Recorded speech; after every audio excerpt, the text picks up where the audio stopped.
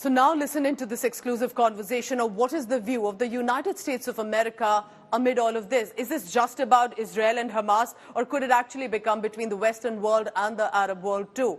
With the reactions coming in, India today spoke to Vedant Patel. He's from the State Department in the United States of America. He's a spokesperson, and here's what he had to say.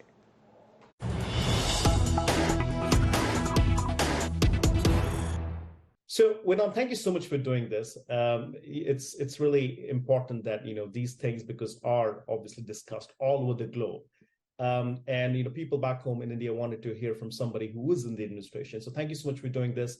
Now, I wanted to start from Saturday, October 7th, right? The Palestinian group Hamas carried a total surprise attack on Israel on an unprecedented scale, right? Firing thousands of rockets, infiltrating militants into the Israeli territory. According to your assessment, how did it happen despite Israel having one of the best intelligence, and then on top of it, supported by the US and US intelligence? So there's going to be plenty of time to look back at how this came together and how this attack was executed. What's most important, though, is that we, of course, have a timely and appropriate intelligence sharing with partners in the region. And more importantly, our commitment to Israel's security is ironclad. And we're continuing to work around the clock with our partners in Israel to ensure they have what they need to defend themselves. The first tranche of security assistance is on its way over, and we'll continue to assess and work directly with the government of Israel to determine what they need. Okay, so there is obviously there are mounting questions over the massive failure intelligence, right? And these were, I probably would say, were compounded on Monday when an Egyptian intelligence official said that Jerusalem had ignored warnings and the Gaza-based terror group was planning something big. What can you tell us about that? I mean, have you been able to, talk to the Egyptian counterparts or confirm some of those findings? I've not seen those reports, and I'm certainly not going to get into the specifics of intelligence sharing and how that works. But what I can just say is that we, of course, have a robust security partnership with Israel. We have a robust intelligence sharing partnership.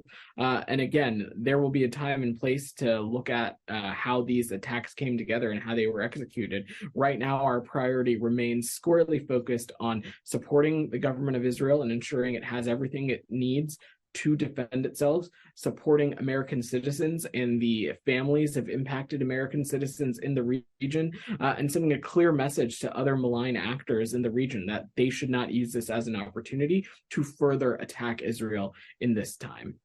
Okay. Now, can you provide us with the latest information on the situation in Israel, given recent reports of the casualties? We've talked about American citizens who've been held hostage. I mean, what's the latest that you have that you can provide us with? So, unfortunately, we've been able to confirm that at least 13 American citizens have unfortunately lost their lives in these tragic terrorist attacks. Hundreds, thousands of Israelis have been injured. Many lives have been lost. Also, there continue to be a number of American citizens who are unaccounted for, and we're working around the clock with the government of Israel to determine their whereabouts, their status, as well as it might possibly relate to the number of civilians who've been abducted by Hamas as well. Okay. And, we saw these reports today about the horrifying incident involving beheading of 40, babies by Hamas. Can you confirm or provide details on this event and, what is the U.S. government's response to such heinous act? I'm not going to respond or speak to specific acts, but let me just be incredibly clear about something.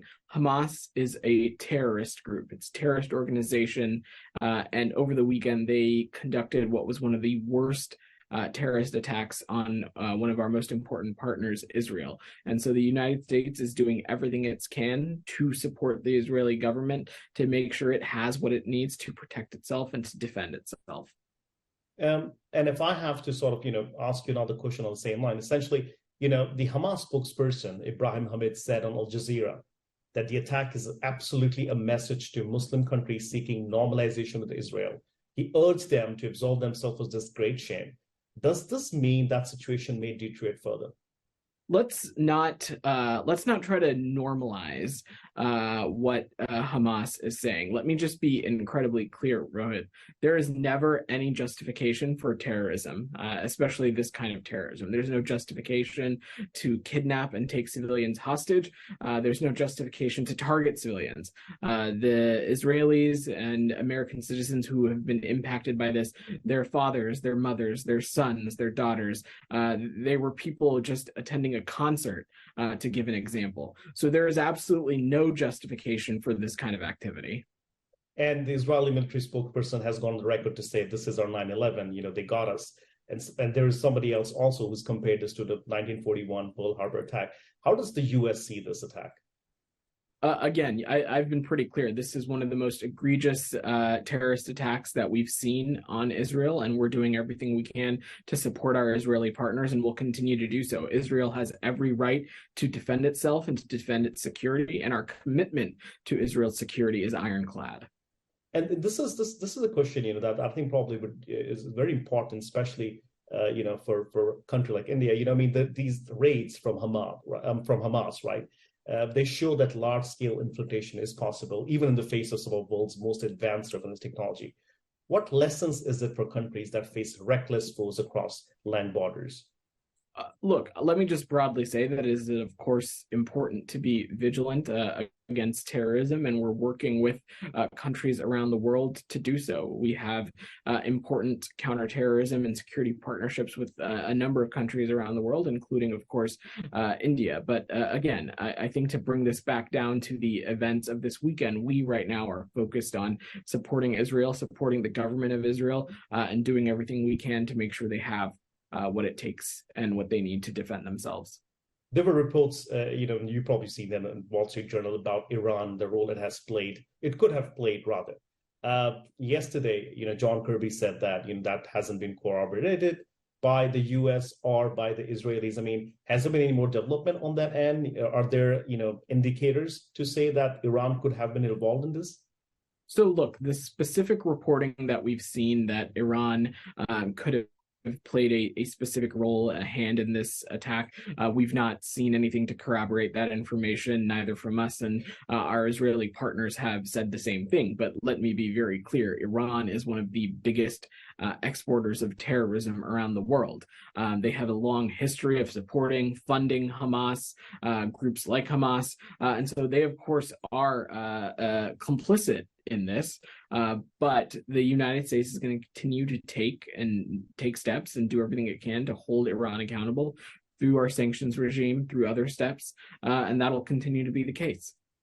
And there have been administration officials who briefed the elected representative and on the Hill that this could be long drawn. This could probably go on for some days, if not weeks, or maybe weeks, if not months.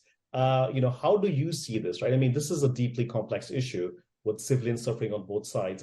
Are there any diplomatic efforts that you can speak to or initiative that the U.S. is pursuing to facilitate?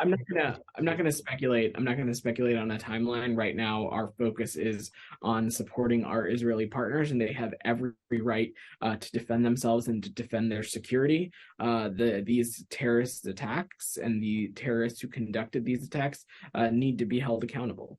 Okay, and one last question before I let you go, Vedant.